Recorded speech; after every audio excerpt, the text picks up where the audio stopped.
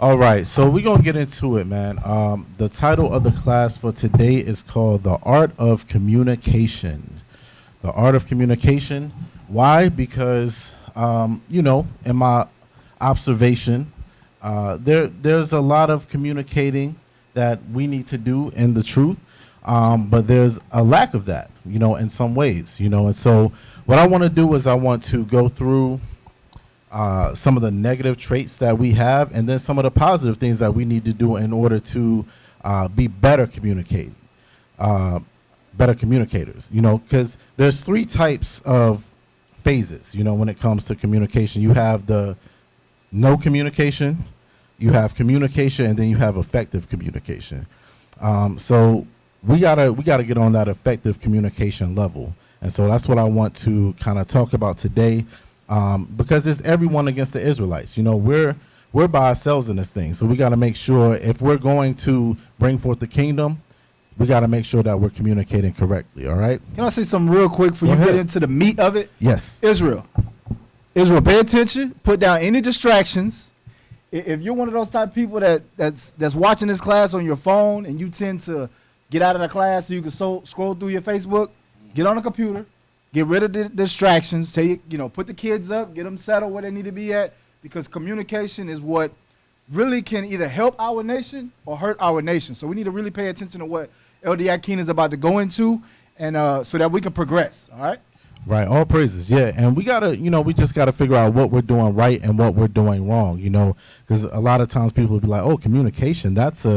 Why are you going over that topic? That's an easy topic. I know how to communicate. I know how to talk, but it goes a little bit deeper. You know what I mean? Just like you have Titus 2 when it talks about the older women are supposed to teach the younger women how to love their husbands. That's not natural, So that's something that has to be taught. Communication has to be taught because we haven't learned these things in our public school systems and things like that. Right? Our parents haven't learned it and they haven't taught it to us. So we gotta learn it through the Bible. All right. So let's start out with Proverbs chapter 18, verse 21.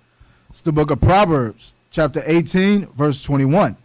Death and life are in the power of the tongue, and they that love it shall eat the fruit thereof. All right. So death and life are in the power of the tongue. So what that's telling you is that the tongue is very powerful. All right. So it's so powerful that life and death are within the words that come out of your mouth.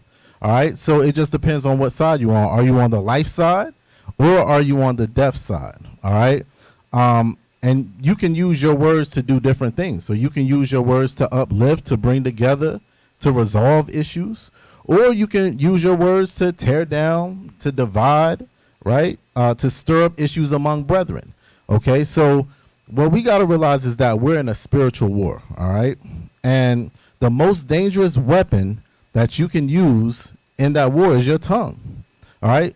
But you can use it to defeat your enemies, all right? Or you can use it to destroy your own, or what they call friendly fire in the military, right? So if the tongue is a weapon, right, we have to understand how to use it and how to use it properly. Remember when David was fighting Goliath, right?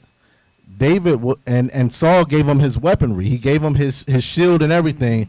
David was like, I can't use this. I got to prove it, right? So you got to prove your tongue, all right? You got to make sure you understand how to use it properly, and that's what we're going to go into today. We're going to talk about some of those negative traits in terms of communication, and then the positive traits in order to build better communication, as I spoke on before. So let's go to Proverbs chapter 26, verse 17. Because one of the first traits that's negative that we gotta stop doing is sarcasm. Okay. So what sarcasm is it's an ironic statement. Okay, but it's meant to mock. It's meant to ridicule another person. Okay. So when you look in the Merriam-Webster dictionary, it says it's designed to cut or to give pain. That's what sarcasm does, okay? And a lot of us use that in different ways, and that's what we're going to go into with this scripture. But with sarcasm, there's a cruel and insulting element to it, all right? And so let's go into the scripture to talk about that a little bit more. Proverbs chapter 26, verse 17. It's the book of Proverbs, chapter 26, verse 17.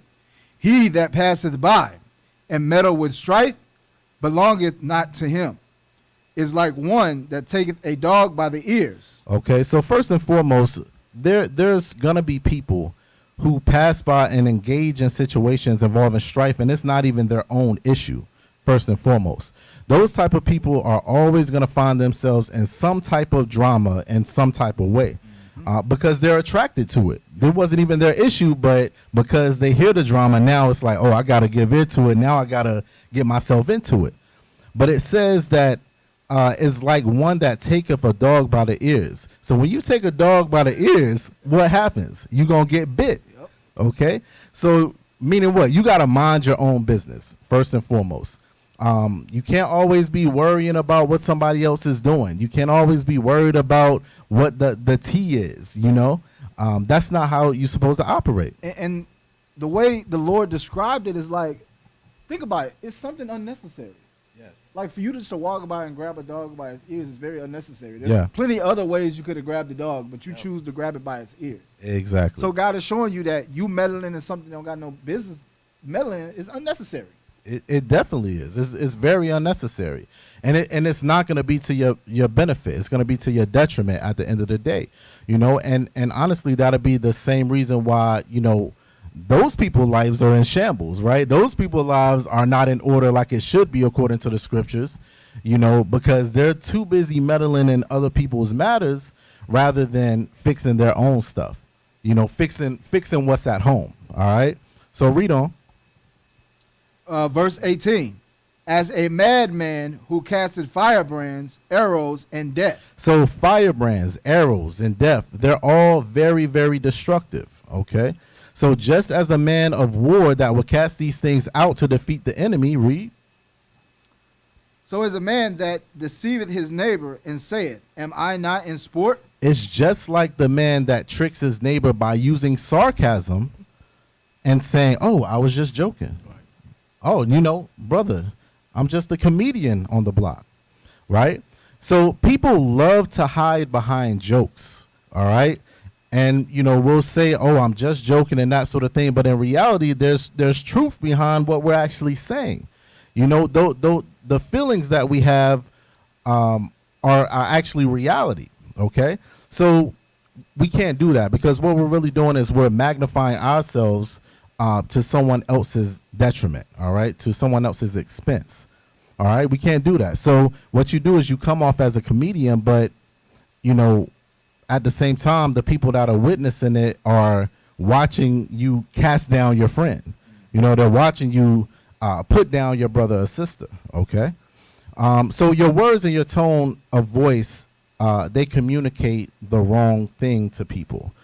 Or it can communicate that tension and that hostility that is actually within you, but it's just not out in the open, okay?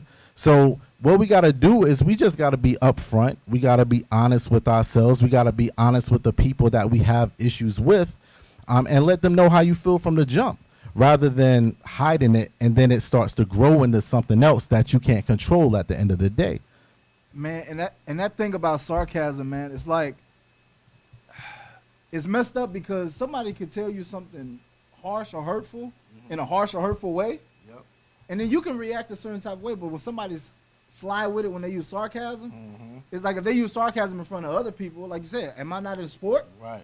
Then if you was to react like if they said it a harsh way, yeah, bring it out. Everybody around you would be like, bro, why'd you react like that? Exactly. He was just playing. You know what I'm saying? So it's kind of like when you get that thrown at you, it's like, oh, you know what you were saying. Exactly. And you just put me on the spot where I can't react how I want to react. Right. Because you was all in sport.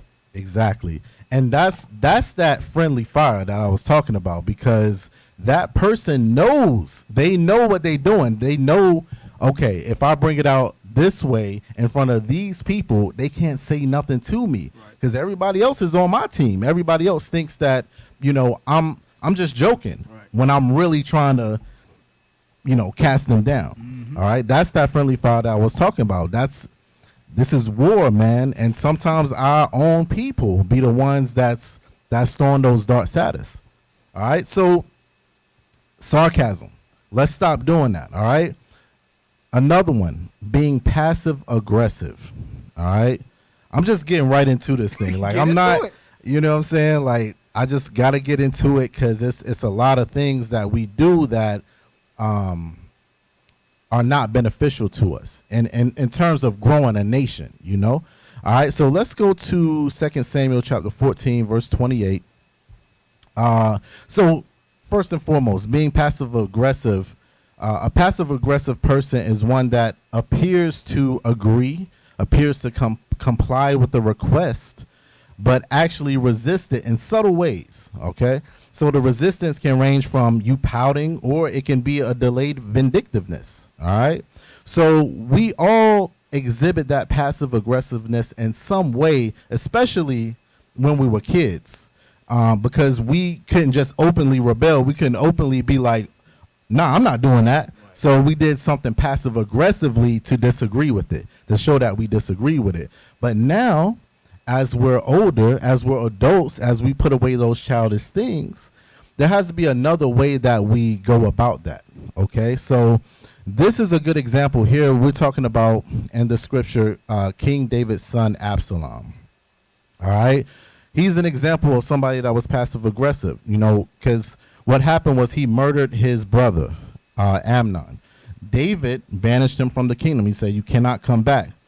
Now, once he was able to actually return, what happened was David still didn't want to deal with them. So what Absalom did was he sent for Joab, the commander of the army, to tell him, hey, look, I want to speak to David. You know, let me get to David. All right. So that's kind of where we're at in the story right now. All right. So let's read 2 Samuel chapter 14, verse 28. 2 Samuel chapter 14, verse 28. So Absalom dwelt 2 full years in Jerusalem and saw not the king's face. Read. Therefore, Absalom sent for Joab to have sent him to the king, but he would not come to him. And when he sent again the second time, he would not come. So Absalom, like I said, he sent for Joab, the commander of David's army, to say, hey, look, let me see King David. I want to see my father. So he sent for him twice, and Joab did not come. Read. Therefore, he said unto his servants, see, Joab's field is near mine, and he hath barley. There, go and set it on fire. And Absalom's servants set the field on fire. Man, do you see the extent, first of all, that the brother went to? And that's something that you got to realize right there. Like, when you got somebody that, you know, is vindictive, they'll go to any length to get what they want. All right. The brother just set Joab's field on fire. You know how upset I would be? Yeah. Bruh. All right. So look at the extent that he went to in order to finally get Joab to come. It's like on next Friday when Daddy didn't want to come outside. Yeah. She out there. He was like, Daddy, she out there again. Yep. Key in his car. He didn't want to talk to her. Yeah. You know what I'm saying? She was like, you're not going to quit me. Exactly. So she had to get in his car to get him to come. That's a great example. They're in modern day. There you go. All right. Read on. Verse 30. Therefore, he said unto his servants, see, Joab's field is near mine, and he hath barley there. Go and set it on fire. And Absalom's servants set the field on fire. Read. Then Joab arose and came to Absalom unto his house, and said unto him, wherefore have thy servants set my field on fire? Bro, why you set my field on fire? Read. And Absalom answered Joab, behold, I sent unto thee, saying, come hither, that I may send thee to the king, to say, wherefore am I come from Geshur? Mm-hmm. It hath been good for me to have been there still. Now therefore, let me see the king's face. And if there be any iniquity in me, let him kill me. All right. So when he finally gets to see Joab, when Joab comes and he says, look, why did you set my field on fire? Absalom's like, look, why did I even come from Geshur? You know, like, I'm here to see my father. I'm here to see the king. He's like, look, I haven't been able to see him for this long. He's like, look, if I do something, if there's some sin or some iniquity in me and you guys see it, just kill me. Just put me to death. All right, read on. Verse 33. So Joab came to the king and told him. And when he had called for Absalom, he came to the king and bowed himself on his face to the ground before the king. And the king kissed Absalom. Now notice this. When he finally saw the king, look how he postured himself.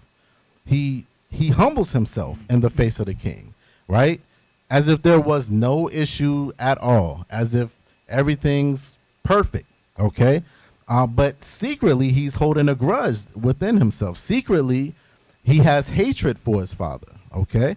So, you know, you got to watch those spirits, man, you know, and that's why I love reading these scriptures, because the Most High just has us mapped out perfectly in terms of what type of spirits that we have. Just because it was thousands of years ago doesn't mean that those spirits are not still on the earth. And that's the thing that Israel needs to understand. Like, we like watching all these, like, Power. You like watching Bring it out. Empire and all these shows. You'll focus on that, but you'll put the Bible to the side. Right.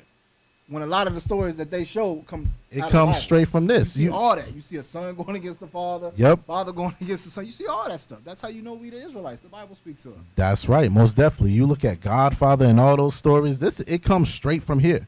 All right.